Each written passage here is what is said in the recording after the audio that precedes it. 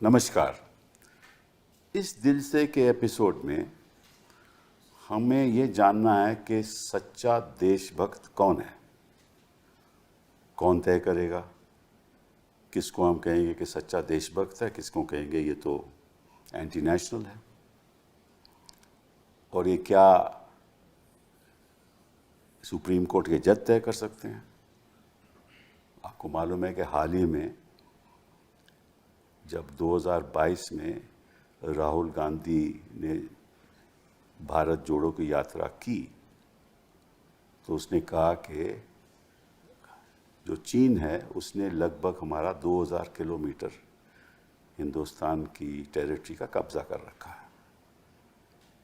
लखनऊ में मानहानि का मुकदमा हो गया।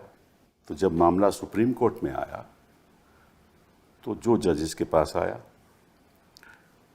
जो प्रिजाइडिंग जज थे दीपांकर दत्ता साहब, उन्होंने ऑर्डर में तो नहीं लिखा लेकिन उन्होंने कहा कि आपको कैसे मालूम है कि चीन ने इतना कब्जा कर रखा है? क्या आप वहाँ गए थे? आपको जानकारी कैसे है? आपने क्या देखा? आपके पास कोई सबूत है कि चीन ने इतना कब्जा कर रखा है? और आपको ऐसी बात नहीं करनी चाहिए, क्योंकि अगर कोई सच्चा देशभक्त होता वो ऐसी बात नहीं करता। और अगर आपको कोई सवाल उठाना भी है तो आपका हक है। आप लीडर ऑफ ऑपोजिशन हो लोकसभा के, आप सदन में सवाल उठाइए। अब ये बाहर क्यों ऐसे सवाल उठाते हो? खैर, उन्होंने कार्रवाई तो स्टे कर दी, लेकिन इससे थोड़ा बवाल खड़ा हो गया हिंदुस्तान में, जनता में और हम लोगों में। हम खुद सोचने लगे कि हम भी पूछताछ करते हैं। मैं भी एक मेंबर ऑफ पार्लियामेंट हूँ और मेरे साथ जो हमारे एक गेस्ट हैं वो भी मेंबर ऑफ पार्लियामेंट थे। और मैं खुद सोचने लगा कि क्या मैं वाकई में मैं देशभक्त हूँ कि नहीं। उनकी नज़र से मैं तो नहीं हूँ, क्योंकि मैं तो खुद पूछा मैंने सवाल, रोज़ सवाल पूछते हैं। और अगर member of parliament leader of opposition सवाल पूछता है तो वो उसका हक है ना, इसीलिए तो वहाँ लीडर ऑफ ऑपोजिशन बना हुआ है। और शायद न्यायाधीशों को ये नहीं मालूम कि जब पार्लियामेंट में आजकल ये वातावरण केवल आजकल का है, मतलब कि 2014 के बाद, तो जब हम सवाल ऐसा पार्लियामेंट में पूछते हैं तो कोई जवाब ही नहीं आता।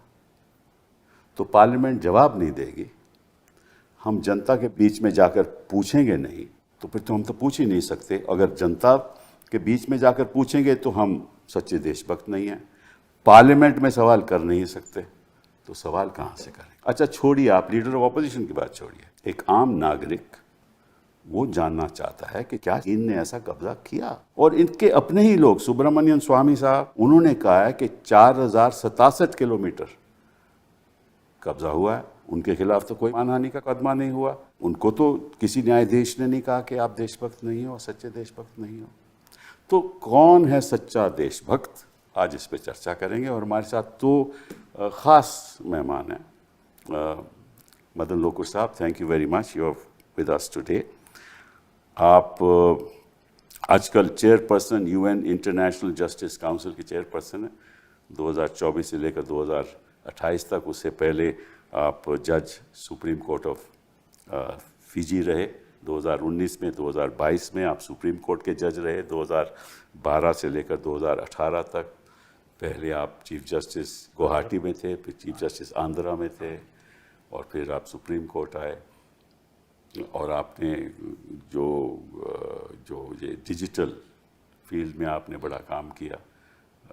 और जो ख़ास तौर पे जो सामाजिक बातें हैं उसमें आप बहुत दिलचस्पी रखते हैं। हमेशा जो सरकार की खामियां हैं, जिस तरह से पुलिस ऑपरेशंस करती हैं, कई आपकी ऐसी जजमेंट्स हैं जो चौंकाने वाली हैं और अकाउंटेबिलिटी होनी चाहिए। तो आपका बहुत स्वागत है। Thank you. सलमान जी, आप हमारे पुराने दोस्त और आपका बड़ा दिलचस्प मतलब कि इतिहास रहा। नहीं, दिलचस्प इसलिए मैं कह रहा हूँ कि आप मतलब कि शुरुआत में आप एक पीएम के दफ्तर में इंदिरा गांधी जी थे, आप ओएसडी थे। हाँ, एंड उसके बाद उससे पहले आपने मुझे एक प्ले में डायरेक्ट किया था, वो ज़्यादा इम्पोर्टेंट। हाँ, correct correct, that is the murder of Julius Caesar. मैं उसमें जूलियस सीजर था। ठीक है ना।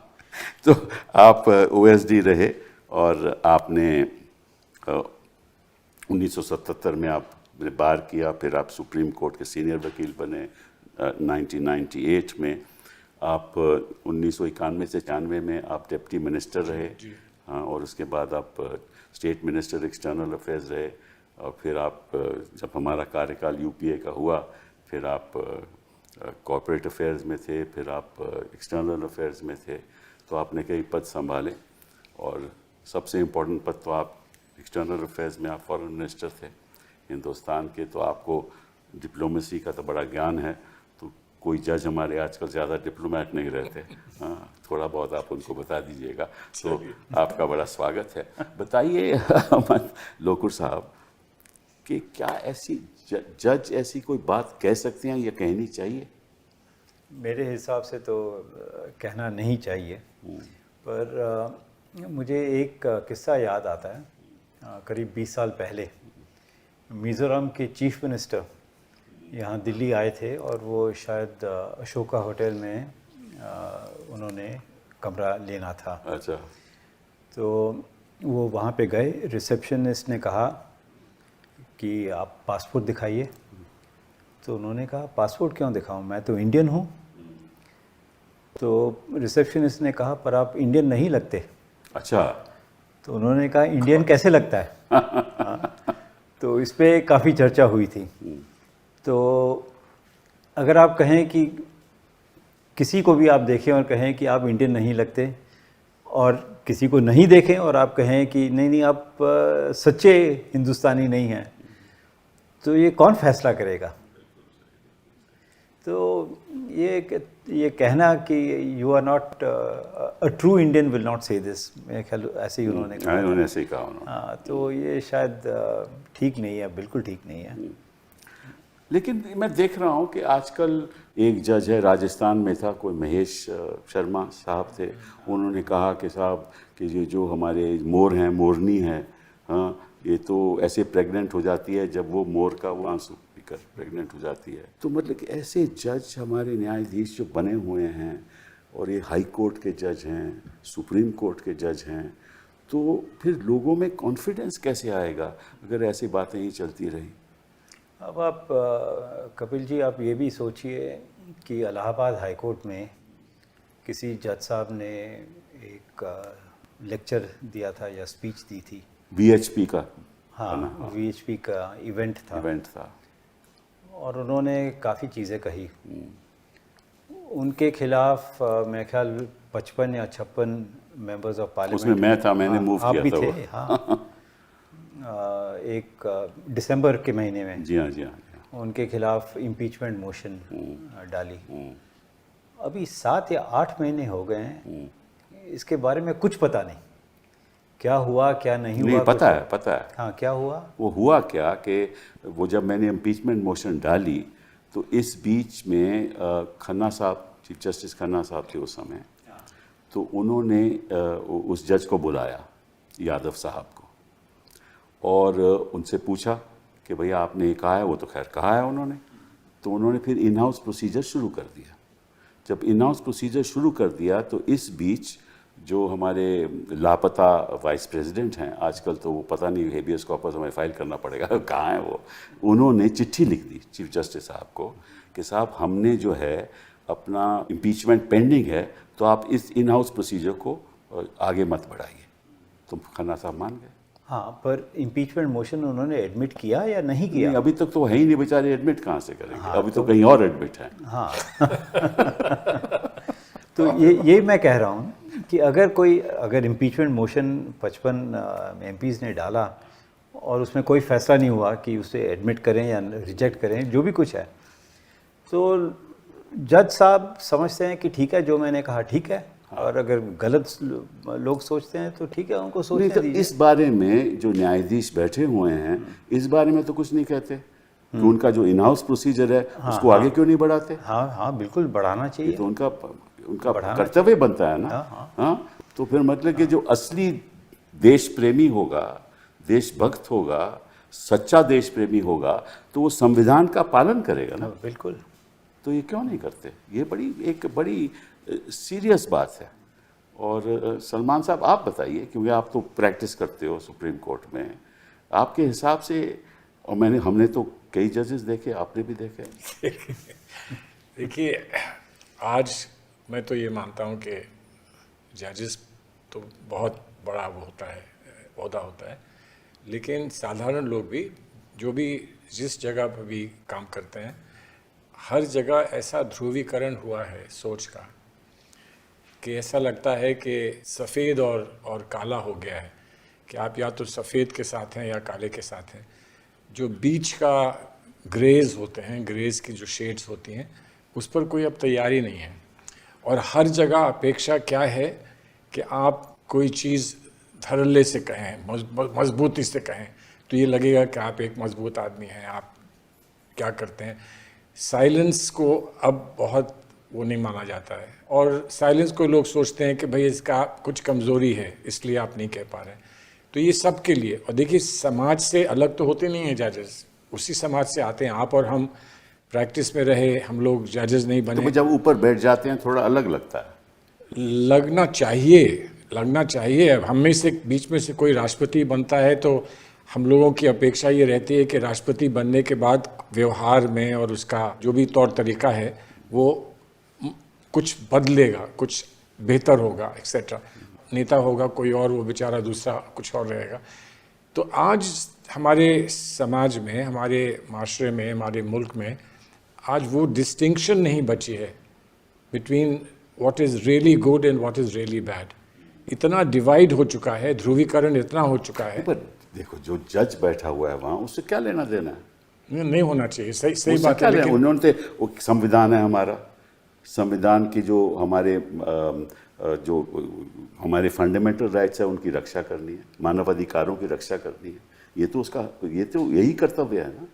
उसको क्या लेना देना है कि यहाँ ध्रुवीकरण हो रहा है या समाज डिवाइड हो रहा है? नहीं, वो सही बात है, आपकी बात सही है। लेकिन देखिए, समाज का संविधान का जो वो धरातल है, वो वैल्यूज़ हैं, हमारी फंडामेंटल वैल्यूज़ हैं। अब आज अगर वैल्यूज़ का ही ध्रुवीकरण हो गया है कि मैं जो वैल्यू समझता हूँ वो आप समझ नहीं पाते, जो आप वैल्यू समझते हैं मैं समझ नहीं पाता, इससे क्या हमारी जुडिशरी अलग रह सकती है? रहनी चाहिए, इसमें दो राय नहीं है। बिकॉज हम लोग उनको एक बहुत बड़े पटल पर रखते हैं और ये मानते हैं कि हमको उनसे कुछ सीखना है, उनसे कुछ इंस्पिरेशन लेनी है, एक्सेट्रा। और वो अगर हमारे ही लेवल पर पहुंच जाएं तो यकीनन वो एक बहुत डिसअपॉइंटिंग और बहुत। तो आपके हिसाब से जज साहब को बोलना नहीं चाहिए? मैं तो ये मानता हूं कि बहुत सारी चीज़ें जजेस को नहीं करनी चाहिए। नहीं, ऐसा है तो आप डिप्लोमेट मत बनो, आप एक्सटर्नल अफेयर्स मिनिस्टर नहीं, रह चुके हो, external आप affairs सीधी मिनिस्टर- बात करो अब देखिए, कि जज साहब को ऐसी बात बोलनी चाहिए या नहीं। अब देखिए, मैं जज साहब को डिप्लोमेसी सिखा रहा हूं तो मैं खुद अपनी डिप्लोमेसी भूल जाऊं। लेकिन सच्ची बात यह है कि जजेस ने तो, जस्टिस लुकू साहब यहाँ बैठे हैं, इन लोगों ने तो समय समय पर एक व्यवस्थाएं बनाने की कोशिश की है कि हम कहाँ तक जा सकते हैं, हमको क्या करना है समाज के साथ इंटरफेस में, पार्टीज़ में जाना है, नहीं जाना, रिक्लूस बन कर रहना है कि नहीं रहना है।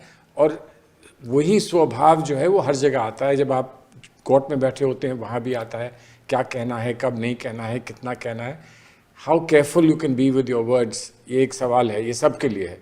जजेस को खास तौर पर, देखो, वी आर लॉयर्स, जब हम बहस करते हैं we are careful with our words. You have to, हम ऐसी बात नहीं करें जो इंस्टीट्यूशन को नुकसान पहुंचाए, ठीक है ना। और हालांकि हम कई बार बड़े विवादित मुद्दों के ऊपर बहस करते हैं, लेकिन फिर भी वो हमारा जो लक्ष्मण रेखा है उसको कभी हम पार नहीं करते। तो वही बात जज साहब को होना चाहिए कि भाई एक लक्ष्मण रेखा उसको पार नहीं करना चाहिए। लेकिन लोकुर साहब ये बताओ कि क्या जज को पब्लिकली इस तरह से छोड़ दीजिए, ये बात दीपांकर दत्ता साहब ने जो कही सो कही, छोड़ दीजिए उसको। किस हद तक जज को पब्लिकली बातें बोलनी चाहिए? मेरे हिसाब से पब्लिक स्पीचेस तो जजेस को नहीं देनी चाहिए। दो तीन एक्सेप्शंस हैं, जैसे लॉ कॉलेज, लॉ जी हाँ, यूनिवर्सिटी, लॉ स्टूडेंट्स, ठीक है, और जुडिशल एकेडमीज़, जी हाँ, ये दो जगह अगर जजेस बोलें तो ठीक है, वो भी speeches कानून के आधार पर। हाँ, कानून के आधार पर। और एक जब होता है वो लीगल सर्विसेज डे, उस दिन पर वहाँ पे सब जो आते हैं, जिनको आमंत्रण करते हैं, वो सब जजेस हैं, और कई ऐसे लोग हैं जिनको कुछ अवार्ड या कुछ तो कॉन्स्टिट्यूशन डे पे भी आप हाँ, कॉन्स्टिट्यूशन डे में।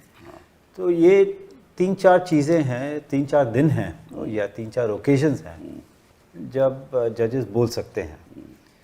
पर बाकी ऐसे जाके पब्लिक स्पीचेस देना मेरे हिसाब से तो ठीक लेकिन नहीं मैं है। एक बात कहूँ यहाँ आपसे पूछो कि एक प्रश्न है मोरालिटी के बारे में।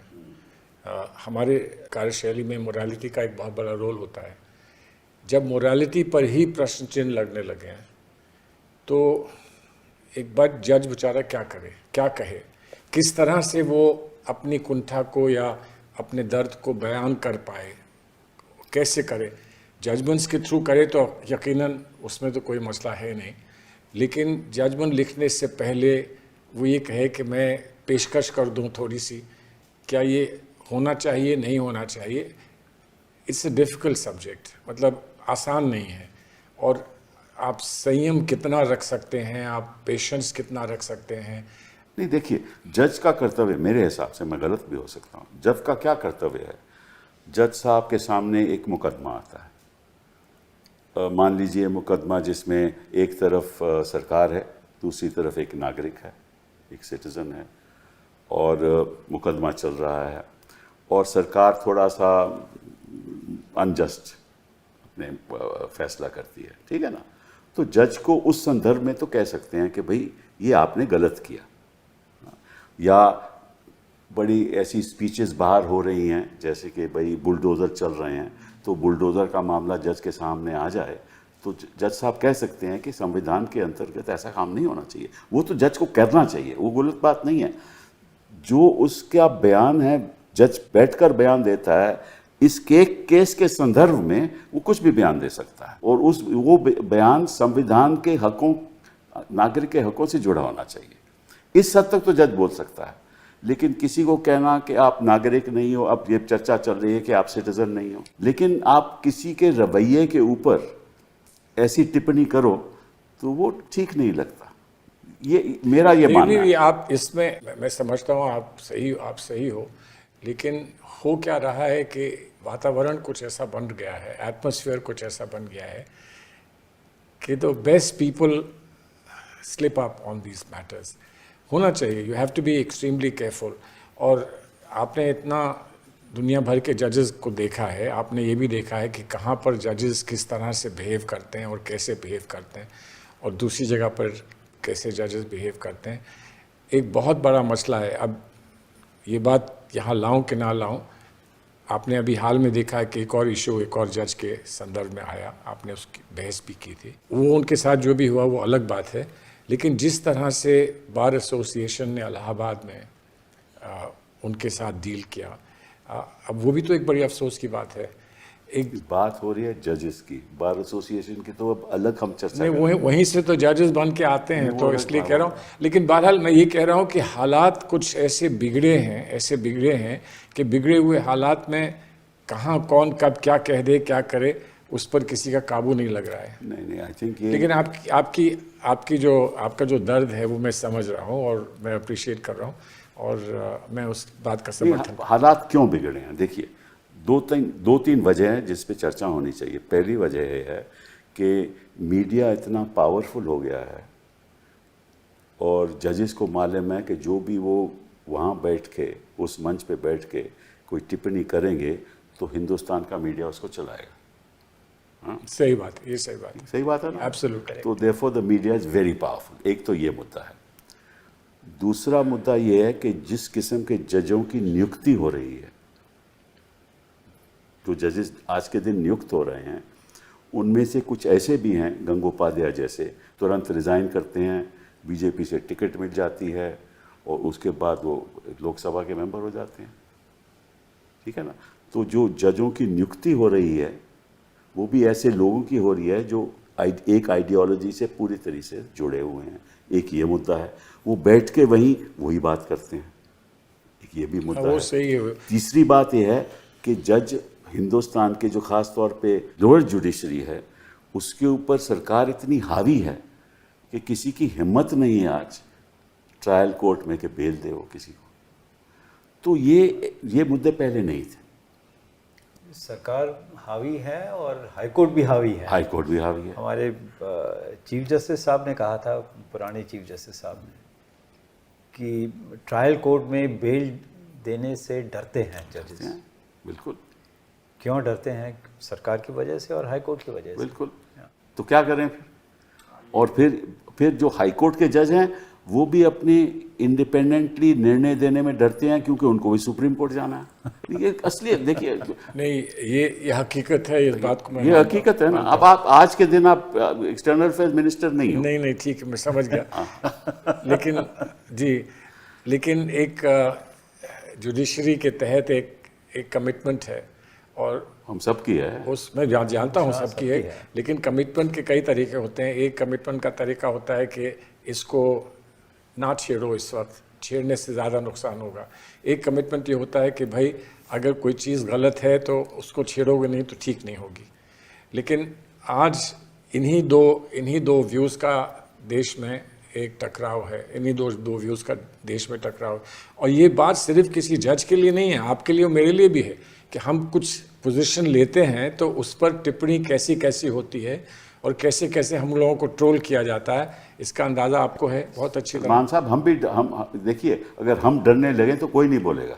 नहीं, डरने का सवाल नहीं है, डरना नहीं चाहिए। नहीं, लोग डरते हैं, जब से असलियत है वकील भी डरते हैं। Let us B clear. नहीं, ठीक है, डरते हैं जी, हाँ, डरते हैं ना। डरना नहीं चाहिए। वो कहते हैं, नहीं देखो, वकीलों के मन में ये होता है कि मैं अगर जज के खिलाफ कुछ बोलूंगा तो मैं कल उन्हीं जजेस के सामने पेश होना पड़ेगा, तो मैं काहे को बोलूं। नहीं, शिष्टाचार भी तो होता है, कुछ शिष्टाचार भी होता है, डर नहीं होता। लेकिन एक आँख की शर्म भी तो होती है कि किसी के सामने आप किसी को बुरा कह दो, जबकि हो सकता है कि उसके दिल में क्या बात थी आपको ना मालूम हो। देखिए, वकील होते हुए आपको संविधान की रक्षा करनी है, आपको डरना नहीं है। नहीं, वो और सही है। मेंबर ऑफ पार्लियामेंट होते हुए आपको इंस्टीट्यूशन की रक्षा करनी है। आपको अगर डरना पड़ेगा तो फिर आप काहे को मेंबर ऑफ पार्लियामेंट हो, काहे को आप वकील हो, और अगर आप जज होते हुए अगर ऐसी बात करोगे तो आप काहे को जज बैठे हो वहाँ।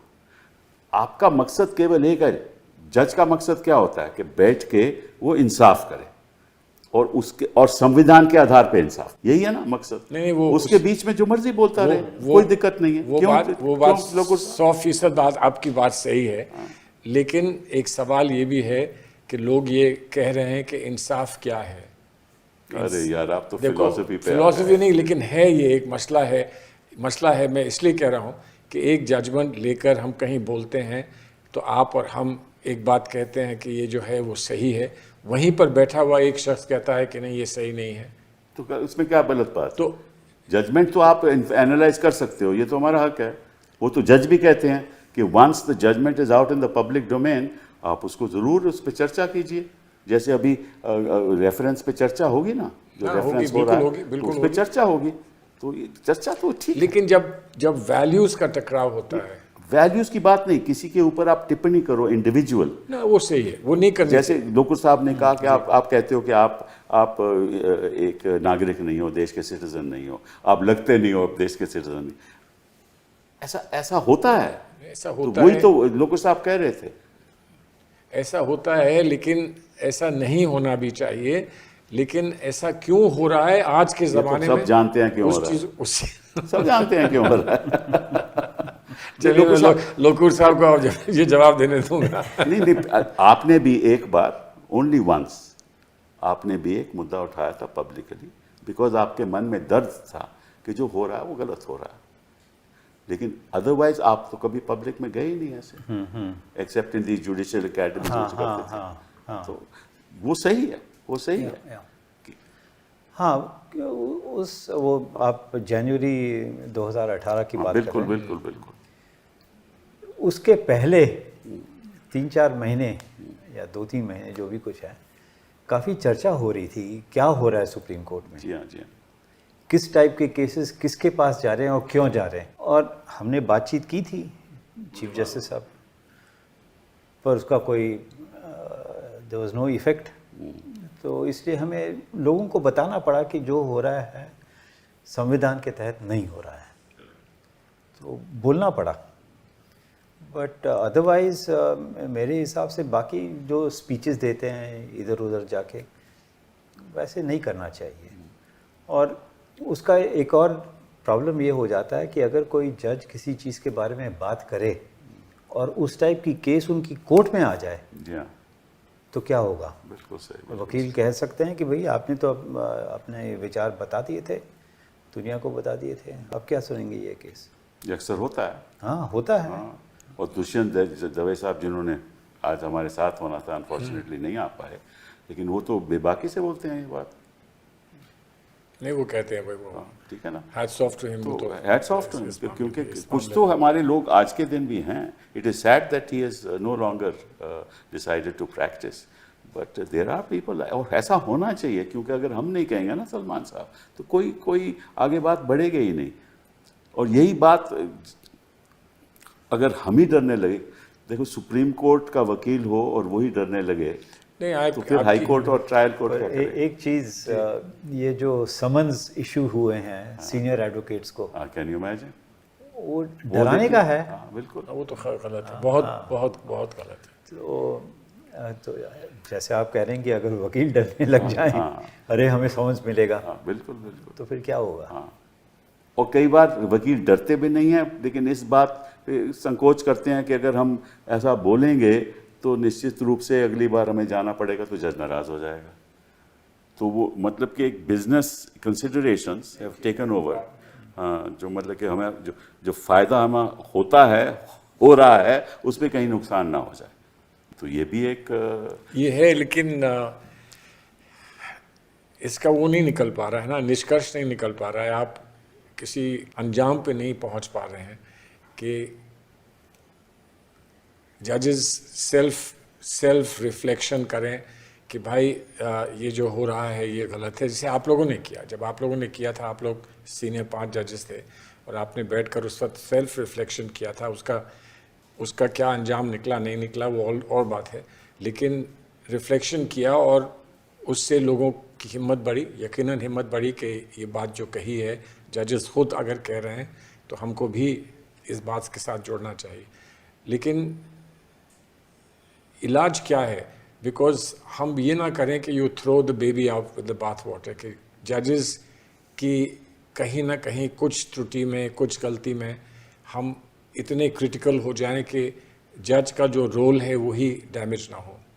तो इसलिए तो कैसा आपके हिसाब से क्या होना चाहिए, जरा इसको आगे बढ़ाते हैं। सच्ची बात ये है कि हमें चुप रहना चाहिए? नहीं, चुप नहीं रहना चाहिए, तो फिर लेकिन एक डायलॉग रहना चाहिए कैसे डायलॉग जजेस के साथ। आप जैसे आप बार के लीडर भी हैं, आपकी तरफ से, आपके साथ और लोगों की तरफ से एक संदेश जाना चाहिए कि साहब कुछ कहना है, हमें आपसे कुछ बात करनी है। किससे संदेश करें, किससे संदेश? जिस जज से भी आपको इस किस्म की शिकायत महसूस हुई है, आप उनसे संदेश करें, बात करें, उनसे बात करें। हो सकता है कि उनके पास कोई जवाब मिले, हो सकता है। कितने जजों के पास हम जाएंगे, तो रोज ना रोज कुछ ना कुछ होता रहता है। नहीं, तो अब जब हमने ये और फिर वो पर्सनली आपको मिले नहीं मिले, वो कोशिश तो करें ना, अदरवाइज नहीं। हमने तो बड़ी कोशिशें की हैं, आज के दिन की बात थोड़ी ना। नहीं, मैं जानता हूँ आपने की है, लेकिन उसमें आपको कामयाबी भी मिली है। कोई कामयाबी नहीं मिली। नहीं मिली? इसमें एक प्रॉब्लम है, आपको बताऊं। देखिए let us talk about simple thing like appointment of a जज टू द सुप्रीम कोर्ट। छोटी सी बात ले लें, लोगों से आपको मालूम है। अब ये रवैया ये रहा है कि एक हमारे चीफ जस्टिस साहब थे, वो कहते थे कि नियुक्ति करने से पहले से ही सरकार से पूछा जाए कि इसकी नियुक्ति करें या नहीं। अब किससे चर्चा करें हम ये बात? हमें मालूम है ये बात, ये एक रवैया है। तो उसका मतलब ये होता है कि एक जज उनका, 2 आपके, या 2 उनके 1 आपका। तो ऐसे तो ये बात नहीं चलेगी। ये सारा इंस्टीट्यूशनल फ्रेमवर्क ही पकड़ा। आप बताइए लोकू साहब, ये सही है कि नहीं? हाँ, नहीं, what you are saying is correct. exactly. ऐसे बिल्कुल it's completely out of the question. Exactly. अच्छा, हमने एक स्पेशल बेंच बैठा हुआ था जिसमें कौल साहब प्रिजाइड कर रहे थे। वो रूप पूछते थे कि आप जजों की नियुक्ति क्यों नहीं करते, इतने आपके पास नाम गए हुए हैं, आप उस पर बैठे हुए हो। अच्छा, वो जज बैठते ही नहीं, आप किससे बात करें? वो बेंच नहीं बैठता उसके बाद, जब से कौल साहब रिटायर हुए हैं, किससे बात करें? आप कहते हैं ना कि भाई बातचीत होनी चाहिए, उनको कहना चाहिए, किससे बोलें? और अगर आपकी हेट स्पीचेस होती हैं और लोग ऐसी ऐसी भद्दी बातें करते हैं, ठीक है ना, हम कोर्ट में जाते हैं, वो कहते हैं हम क्या कर सकते हैं, फिर क्या करें बताइए, किससे बात करें? तो ये जो आप कह रहे हो ये बड़ी अच्छी बात है। ये मतलब कि अगर मैं डिप्लोमेट होता तो ऐसे ही करता।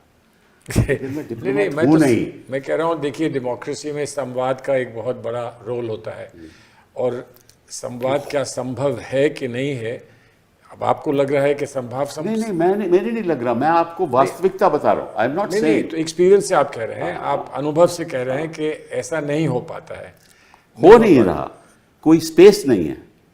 ये स्पेस है। जिस तरह से आप यहाँ बैठकर ये बात कर रहे हैं, इसके बाद आप अगर संदेश दें किसी को, अगर मुझे डर लगे कि मैं दत्ता साहब के बारे में बात कर रहा हूँ, नहीं कोई भी जज हो, और मुझे कोई रिलीफ नहीं मिलेगा, तो मैं बात नहीं करूंगा ना, क्योंकि मुझे किसी एक व्यक्ति के साथ कुछ नहीं है।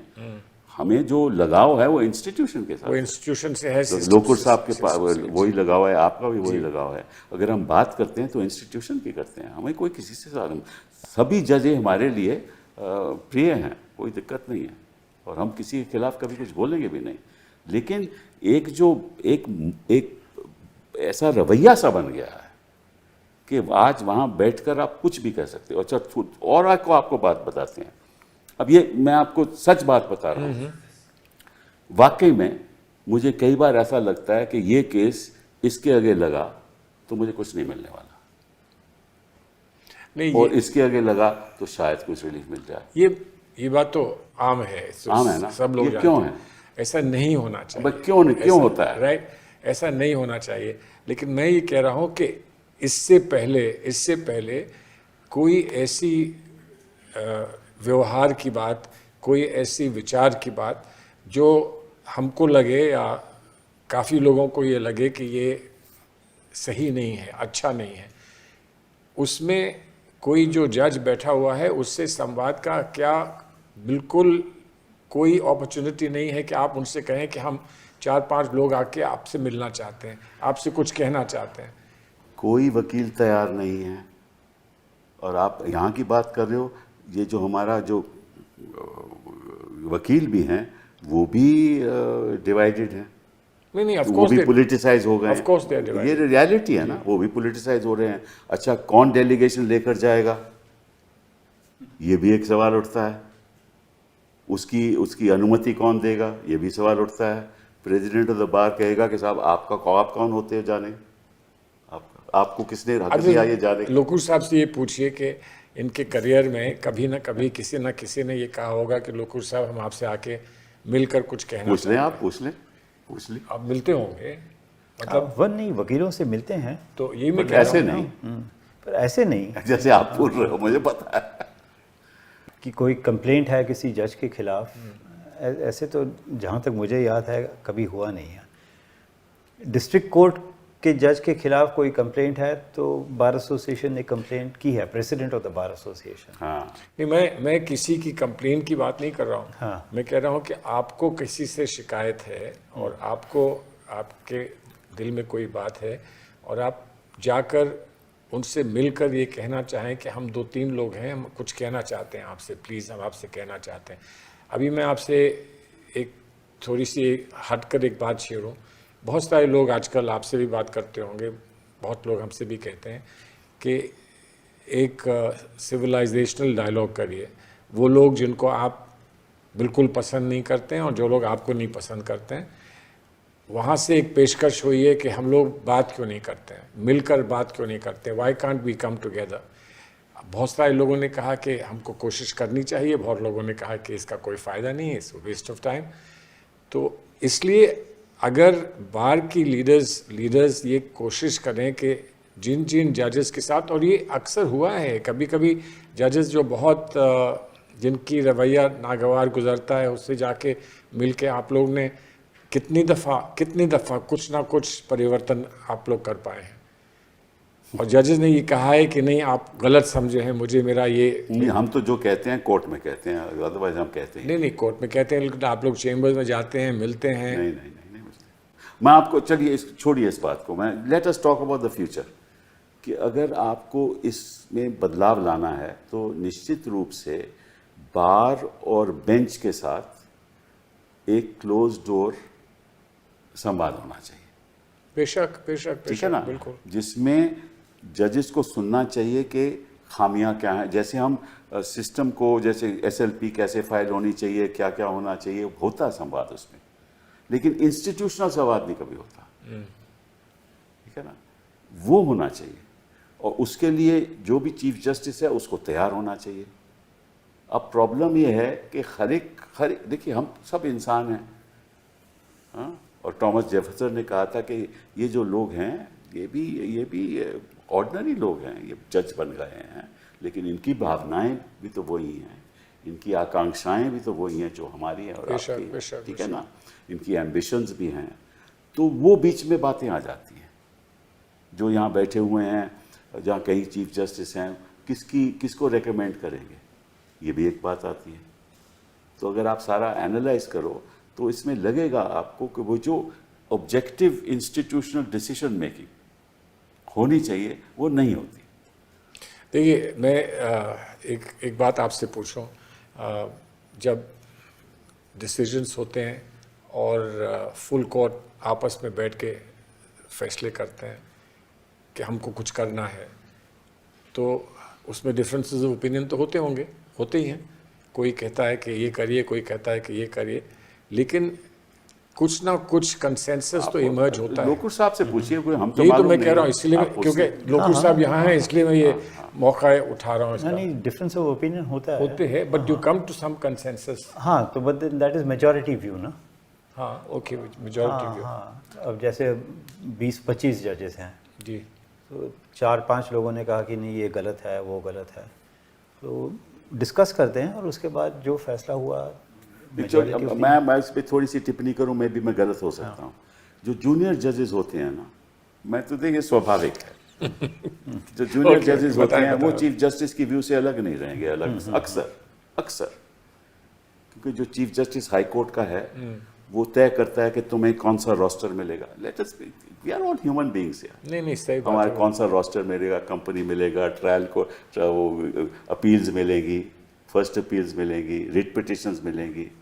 तो सब चाहता है कि साहब मुझे कोई अच्छा रोस्टर मिले।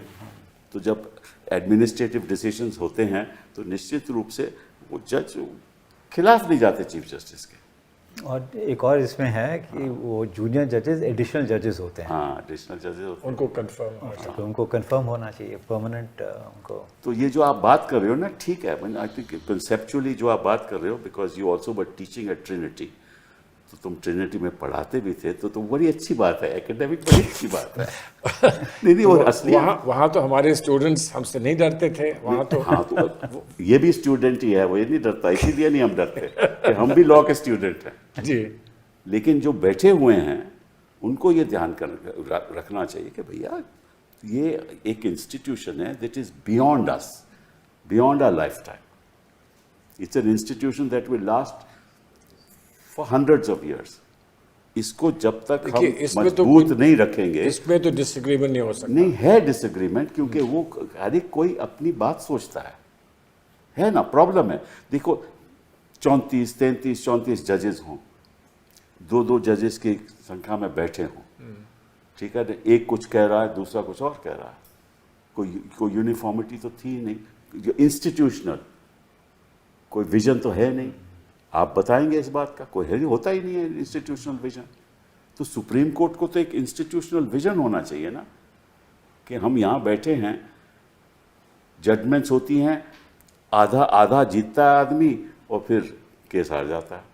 कई ऐसी जजमेंट्स मैं आपको बता दूं। नहीं ऐसा है, वो सही है, लेकिन ये तो एक लार्जर इशू है ना, लार्जर प्रॉब्लम है कि आज हमारे कोर्ट्स जो हैं वो जो फंक्शन करते हैं, तो उसमें एक सेंस ऑफ डायरेक्शन कि this court thinks like this नहीं है, वो मतलब डिस्पर्स होता है बाय चांस। ऐसा हो सकता है कि 2-4 बेंचेस ऐसे हो जाएं कि वो एक ही डायरेक्शन में जाएं and so on so fourth. ऐसे हो ही नहीं सकता। बट अब जैसे 34 जजेस होंगे तो हो ही नहीं सकता, हो ही नहीं सकता। आप लोग साहब से पूछ लीजिए, बैठे हुए हैं। नहीं, तो इसीलिए मैं कह रहा हूँ कि जहाँ पर ये नहीं हो सकता वहाँ पर संवाद और डायलॉग की कोई गुंजाइश किससे संवाद करें? आप फिर संवाद की बात कर रहे हो। आप तो मतलब पार्लियामेंट में तो संवाद होता नहीं, और कहाँ से नहीं, संवाद तो वो होगा? गलत है ना, जो पार्लियामेंट में नहीं होता। लेकिन पार्लियामेंट यहाँ तो बड़े संजीदा लोग हैं ना, जजेस में कम से कम ये तो कहा जा सकता है कि संजीदा हैं, सोबर हैं बाय एंड लार्ज, और उनसे संवाद की कोशिश तो की जा सकती है। चलिए मैम, I mean, आप ऐसा करिए, आप प्रेसिडेंट की इलेक्शन लड़िए, प्रेसिडेंट बनिए और संवाद शुरू कीजिए। तो वो तो वही कहीं संवाद खत्म ना हो जाए इलेक्शन लड़ने। ये बात नहीं है। नहीं, इसमें कोई एक बड़ा गंभीर मामला है, ये छोटा मोटा मामला नहीं है। क्योंकि अगर सरकार सुनवाई नहीं करती तो जाना तो वही बचा, जाना तो कोर्ट में ही है ना, तो वो भी प्रॉब्लम है। तो कोर्ट में कॉन्फिडेंस रखना पड़ेगा, तो जनता को कॉन्फिडेंस तो रखना पड़ेगा, तो कहीं और जा नहीं सकते। अगर वही कॉन्फिडेंस कोर्ट बरकरार नहीं रखेगी तो फिर ये बात बिगड़ती जाएगी। क्यों नहीं लोगों का? या बिल्कुल। अब आई थिंक द जुडिशरी को इंट्रोस्पेक्शन करना चाहिए, हाँ, बहुत ज़रूरी है, बहुत ज़रूरी है। क्योंकि ये मामला चलता जा रहा है। अब आपने कहा जनवरी 2018 में ये मामला हुआ था, तो अब 6 साल हो गए, 6-7 साल हो गए। तो तब से आपके उस प्रयास में कुछ निकला था कि नहीं निकल पाया नहीं, था? नहीं कुछ नहीं निकला, कुछ नहीं निकला। थोड़ा बहुत निकला, पर ज़्यादा नहीं। चलिए आप आज की स्थिति देख लीजिए। ये जो इलेक्शन कमीशन के प्रति जो अब आप हमारे सामने आया है, किस तरह से कर्नाटका में एक कंस्टिट्यूएंसी में किस तरह से एक ही कमरे में, जहां बीजेपी से जुड़ा हुआ वो कमरा है, मतलब कि उसका कमरा है, उसमें 80 लोग रहते हैं, और इलेक्शन कमीशन कहती है कि आप एक एफिडेविट फाइल करो। किस चीज़ का एफिडेविट? आई मीन ये सारे जो दस्तावेज हैं वो तो इलेक्शन कमीशन से आए हैं ना। तो इलेक्शन कमीशन कुछ नहीं करेगी, कोर्ट कुछ नहीं करेगा, लीडर ऑफ ऑपोजिशन बोलेगा तो वो देशभक्त नहीं रहा। हमें इलेक्शन कमीशन पे पूरा विश्वास रखना चाहिए, क्योंकि इलेक्शन कमीशन है। तो विश्वास आदमी कैसे रखे? मतलब कि एक आदमी उसी कंस्टिट्यूएंसी में 3 और 4 पोलिंग बूथ में वोट करता है, वही आदमी, और वही आदमी जाकर उत्तर प्रदेश में भी वोट करता है, और ये दस्तावेज इलेक्शन कमीशन से आ रहे हैं, और इसमें हम चुप हैं। इलेक्शन कमीशन कोई कार्रवाई नहीं करेगी। उस पर न्यायाधीशों को बोलना चाहिए, सुओमोटो कार्रवाई करनी चाहिए कि आप बताइए हमें, ये तो आपके कागज हैं, आपने क्या व्यवस्था की है इलेक्शन की? अगर यही रहा तो किस किस्म के इलेक्शन है? तो देखिए, जो सिस्टम, अगर आपका सिस्टम जो है वो मजबूत है, साउंड है, तो ये आपकी तकलीफ एक जज के सामने जानी चाहिए ना। और उस समय तो भगवती साहब या बाकी लोग सुओमोटो ले लेते मैटर। लोग साहब आपको बताएं, why can't the Supreme Court suo motu take? These are documents of the Election Commission. Of course, लेकिन मैं जिस बात पे आ रहा था वो ये था कि सुओमोटो लें या उनके सामने आना चाहिए, और कोई जज इन सब चीज़ों को देखते हुए फैसला करे तो उसको ये नहीं लगना चाहिए कि मैं ये फैसला करूँगा तो मैं फलां पार्टी को नुकसान पहुँचाऊँगा, या मैं जिस पार्टी में कभी था, पार्टी से क्या लेना देना? यही तो मैं कह रहा हूँ। तो उसको ऐसा नहीं सोचना चाहिए कि तो ये ऐसी बातें क्यों नहीं होती? इससे कई बार हो चुका है। अब ईवीएम की बात करो तो आप देशद्रोही हो, ईवीएम में कोई गड़बड़ी नहीं है। हम कहें कि साहब अच्छा ठीक है, आप वीवीपैट की उसकी अलाइनमेंट कर दो, वो भी हम नहीं करेंगे। तो मतलब कि जाए कहाँ आदमी? इसीलिए तो मैं कह रहा हूँ कि जाना तो कोर्ट में है। तो फिर और then we need judges who will take action on this. Of course, judges who must take action on it, and judges who should not think at all remotely also कि मैं इसमें कुछ करूंगा तो मैं फला का नुकसान कर दूंगा, या इसमें कुछ करूंगा। नुकसान रक्षा करनी है संविधान की, संविधान नुकसान की। किस बात का? नहीं रक्षा नहीं, तो संविधान की है ना। इसलिए कह रहा हूँ, रक्षा करने में मुझे ये नहीं सोचना चाहिए कि मैं इसका नुकसान करूंगा या उसका नुकसान, वो नहीं सोचना चाहिए। लेकिन ये जो ये एक आपके हिसाब से सोचते हैं ये? नहीं, मैं कह रहा हूँ नहीं सोचना चाहिए। मैं आपसे कह रहा हूँ चलिए कुछ संवाद करें इनसे, तो आप कह रहे हो संवाद नहीं आप तो मुमकिन होगा। मतलब I think diplomacy runs through your veins. अरे बाप, आप कोई निर्णय लेने को तैयार नहीं हो। ये तो बिल्कुल रेवोल्यूशनरी बन गए। नहीं, रेवोल्यूशनरी नहीं, हमें दर्द है। देखिए, I am in the evening of my life, हमें दर्द है इस बात का कि हम कर क्या रहे हैं, हमारे संविधान के साथ क्या कर रहे हैं, जनता का क्या बनेगा। अगर इलेक्शन कमीशन सच्चाई में कुछ काम करना चाहती तो तुरंत एफआईआर होती, तुरंत एफआईआर होती, क्रिमिनल इन्वेस्टिगेशन होती कि कौन कौन ये सब कर रहे हैं, कौन अधिकारी इन्वॉल्व है इसमें, कौन लोग इन्वॉल्व हैं इसमें। सब चुप हैं, सब संस्थाएं चुप हैं, और जो बोलेगा वो देशद्रोही है। ये प्रॉब्लम है। तो आप भी देशद्रोही, मैं भी देशद्रोही, लोकू साहब भी देशद्रोही। तो सच्चा भक्त कौन है, इसी चर्चा इसी पे ख़त्म करते हैं। अब पूछेंगे हम किसी दिन कि बता दीजिए कौन है सच्चा देशभक्त। बहुत बहुत चलिए, बहुत अच्छा, बहुत